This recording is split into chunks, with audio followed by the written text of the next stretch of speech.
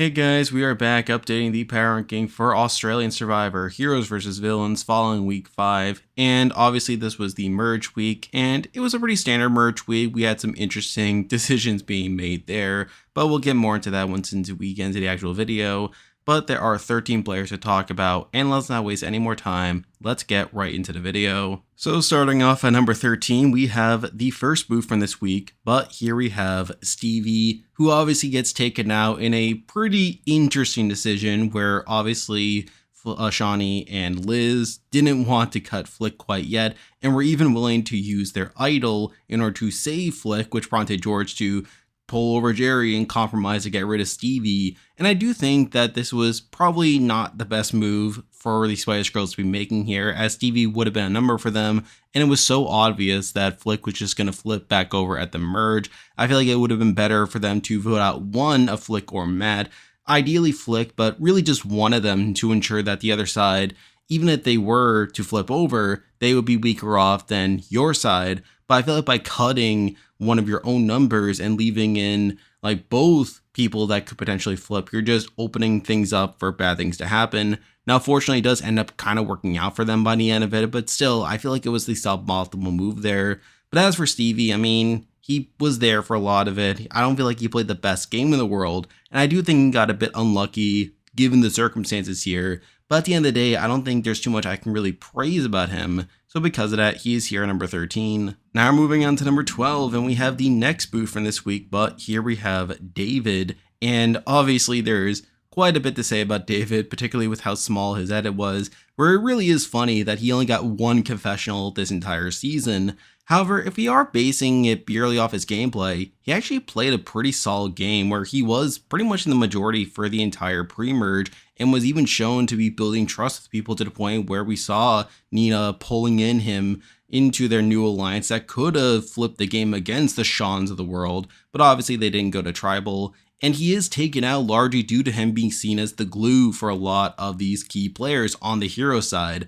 So I feel like to a degree, David was taken out for being a big threat, but he still played a pretty solid game, and he was definitely one of the better merge boots in Survivor history, let alone Australian Survivor. But then again, he was never on the show, which never gave me much confidence in his overall chances. So because of that, he is here at number 12. Now moving on to number 11, and we have the final boot from this week, but here we have Flick. And I did think coming into it that Flick could have been one of the boots in the following episodes, particularly in that final episode before the merge, where it was giving her a lot of content with her being shown playing the middle and George recognizing her for being the threat that she is, and recognizing that she would flip back over at the merge, which she ends up doing. But you do have to give her credit for building such a good relationship with Shawnee and Liz, to where they are actively willing to save her at that tribal, to the point where they end up cutting Stevie, one of their own numbers, to save her. And we even have Liz strong-arming George by threatening to play her idol if he were to put votes onto her. But in the end, she ended up flipping, which was pretty foreshown there. But even so, I feel like she was being set up for a downfall here, which ultimately comes at the end of the week. And even before that, I feel like Flick never really got propped up too much, to where I never had her super high in winner contention. And even with her spike in content in recent episodes, I feel like it was more in line with this trend we've been seeing, where these players that get spikes in content tend to be set up for downfalls down the road. And obviously that happened to Flick here, so because of that, she is here at number 11. And with that, there are 10 players left in the game to talk about, and as usual, I'll be ranking them based on how likely I think they are to win the game, based on their edit and current game position. But at number 10, and we finally have someone new at the bottom of these rankings, but I did decide to pick someone I wasn't quite expecting to, but here we have Sam. And this was a bit of a surprise for me, as while I didn't have Sam super high in the past, I feel like he was someone who I felt like could be a narrator for this season. And I do feel like moving forward, he definitely has more longevity than certain other people we'll be talking about soon. However, I just feel like at this point, Sam just doesn't have much of a storyline. And I feel like now that we are in the post-merge and seeing how the dynamics are playing out, I feel like Sam doesn't seem too poised to win the game, where yes, he is getting consistent content. However, I feel like it's not really content that leads to much storyline-wise, and not really stuff that will lead him to a win. And now granted, I think he's also harmed by my assessment of his game, where for whatever reason, he's in quite a bit of danger, where there was definitely a shot he could have been the merge boot this past week. And moving forward, I mean, he doesn't seem to be in the best position. That coupled with my lack of faith in him having this solid storyline moving forward, I did decide to bump him all the way down to number 10 here. Now moving on to number 9, and we have someone who I definitely had pretty low last week, but I still have them low here. But here we have Nina, and I think I still stand by what I said about Nina before. I felt like there was still a lot of danger for her coming into this past week, where I felt like she could have been a very likely merge boot, along with several other options. And this past week, she definitely continued to get this spike in content to where I do worry that she could be a boot in the next couple of rounds. However, I will admit that compared to Sam, I think there's at least more potential for her to have a storyline in the future where she is kinda getting propped up to a degree, and she seems to be one of the bigger voices coming from this minority group that could lead to her being involved in the flip that happens later on. But more than likely, I think she'll just be taken out as a continuation of the villains getting a one-up on the original heroes. So because of that, I have her here at number 9. Now moving on to number 8, and this person has actually continued to slide in my rankings as the weeks have gone on, but now I have them here. But here we have Jerry. And I just think that as more time passes, I just see Jerry more and more as a losing finalist, to where despite him having some decent content early on, I feel like at this point it's largely died off. And I haven't even mentioned the whole Stevie move, where I feel like out of all the people within the alliance, Jerry benefits the least from it. I feel like Stevie was one of the few people that he could have potentially beaten at the end in a jury vote. But I feel like by him going along with his plan here, I feel like he's just being set up to be dragged to the end and losing to one of the other Spice Girls here. Now, yes, I think he still has quite a bit of longevity, certainly more than the past 2 people we talked about. But I feel like at this point, I just don't have much faith they'll actually win the game. So because of that, I have him here at number 8. Now moving on to number 7, and we have someone who I did bump up a little bit from last week. But here we have Simon. And I still don't think Simon's going to win the game. I feel like at this point, he's been dunked a bit too much in the edit. But I will give him some credit. He has gotten a bit more positive content recently, where now that he's at the merge, he seems to be in this swing vote position, where he was obviously recruited by George and the Vigilante Alliance to vote with them in order to ensure that they had the numbers. And yes, he doesn't quite handle the heroes the best. And I actually thought that with this spike in content, he could have been like a surprise merge boot, with this being a situation where they could have just cut the swing vote.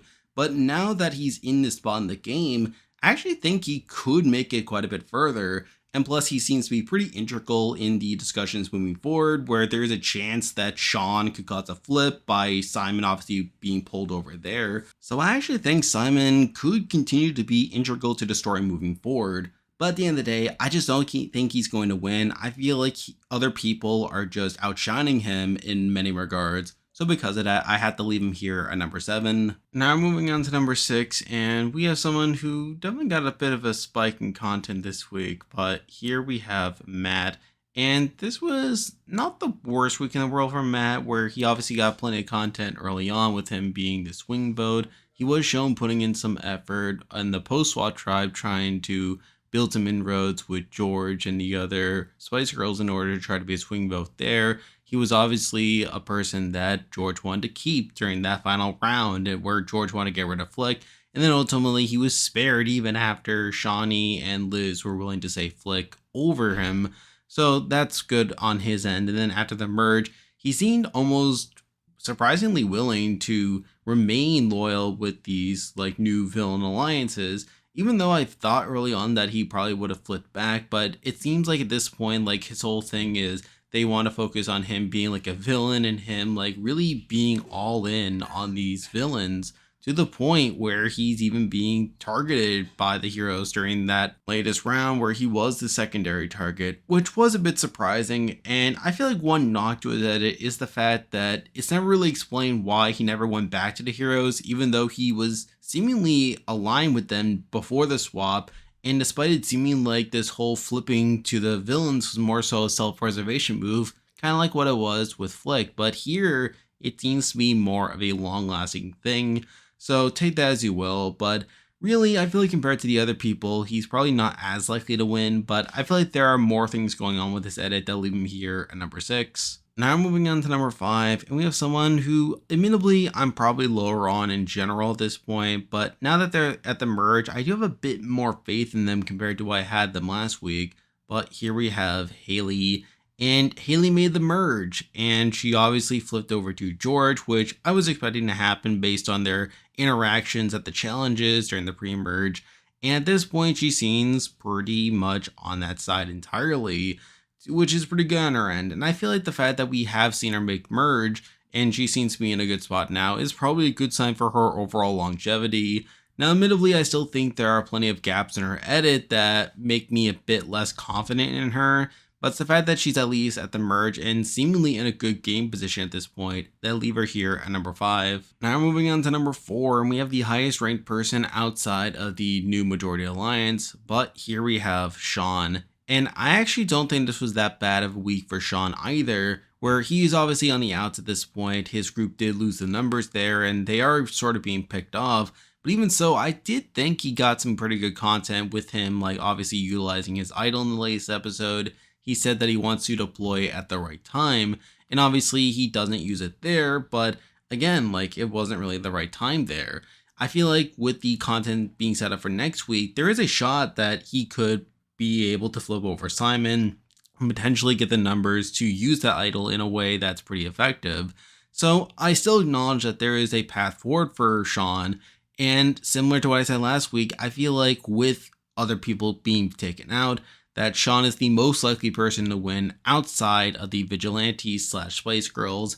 But really, I still think the Spice Girls are the main characters of this season. I feel like a Spice Girl will more than likely win, which leaves Sean outside the top 3, which leaves him here at number 4. Now moving on to number 3, and believe it or not, it's the 3 Spice Girls, and it's just a matter of the order. And admittedly, I don't think the order changed too much from last week. So at number 3, we do have Liz. And yes, I did bump up Liz, mainly because of my increased confidence that a Spice Girl will win the game.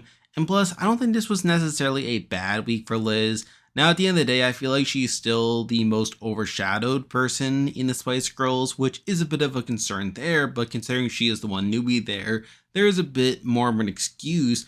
But then again, I feel like if she were the winner, she probably would be propped up more. So it's not a perfect edit, and Liz is not the person I'm the most comfortable with for the time being, but it's the fact that she is within the Spice Girls, and the fact that she is still at least getting some content that leaves her in relatively high contention for me, which leaves her here at number 3. Now moving on to number 2, and it is the same person I had at number 2 last week, but here we have Shawnee. And Shawnee did kind of get a bounce back, kind of, where she does at least acknowledge that George was right and that she was wrong to just blindly loyal Flick by the end of it. But even so, like, I still feel like it's not the best look in the world. The fact that George was the first to point out that Flick was going to flip at the merge doesn't leave Shawnee in the best light, but I still feel like she is someone who is relatively likely to win. And I still feel like if a shot is going to be taken against the Spice Girls, that Shawnee is probably less likely to be targeted compared to George, which was a consideration for me, but considering the whole Flick situation, I couldn't really justify putting her at number 1. But again, I feel like she is still a serious contender even after this week. So because of that, she is here at number 2. And now, at number 1, the person I believe is the most likely to win Australian Survivor Heroes vs. Villains right now is still George. And we did it. We actually had someone be named number 1, and they actually survived the week, and they didn't have a significant drop-off either. Now, obviously, the preview for next week still bodes some concern there that George's power structure could be flipped upon, but I still feel like George came out this week looking pretty good. Now, admittedly, I don't love his move to cut Stevie here, but considering that Shawnee and Liz were so gung-ho about protecting Flick here, I understand the move, although it wasn't really the best for their alliance per se, although even by the end of it, they were still able to get the numbers at the merge. And George is getting a decent amount of credit here. Now, I will acknowledge that one fault is that he is getting a bit too much content out there. And with this being George, like some of it could be chalked up to him being a big character, or some of that could be chalked up to him being set up for a downfall. And if this were Survivor US or even Survivor SA, I would say that that's a big issue and that George is probably more of a decoy winner. But this is Australian Survivor, and even with the swapping around of editing tropes on this season of the show, I still feel like they are propping up George relatively well here. And I think that George getting the amount of content that he is probably more of a strength on Australian Survivor than those other shows.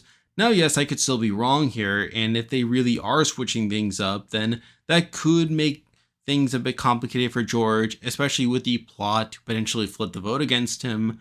But I still feel like George came out this week looking better than Shawnee, where he was the first to recognize that Flick wasn't going to remain loyal to them. He was right to point out that Shawnee and Liz were not acting in their best interest, and even with the questionable move of pulling together this vote at the last minute to take out Stevie, it was shown more as a way of highlighting that he was basically compromising after Shawnee was strong arming him, than him thinking that that was the optimal move. So, even so, I still think that George has a lot of potential here. So, because of that, he is here at number 1. And there we go. That will do it for this week's video. If you like this content, be sure to like and subscribe. It really helps out with the channel. Now, obviously, I'll be back again next week to update the power rankings again, so stay tuned for that. Survivor 44 has just started, and with that, I'll be doing weekly power rankings for that as well, so stay tuned for that as well. And if you haven't already, be sure to join my Discord server, which I'll leave a link to join in the description. There's a lot of stuff coming your way, but for now, that is the video. See ya.